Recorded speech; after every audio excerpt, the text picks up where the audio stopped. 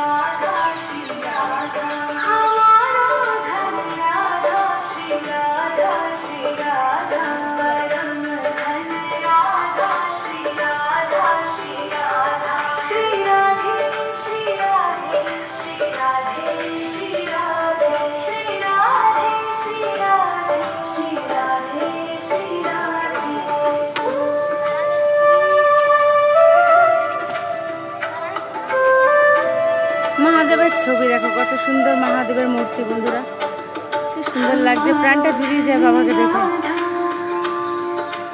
আর এই যে হনুমানজির মূর্তি।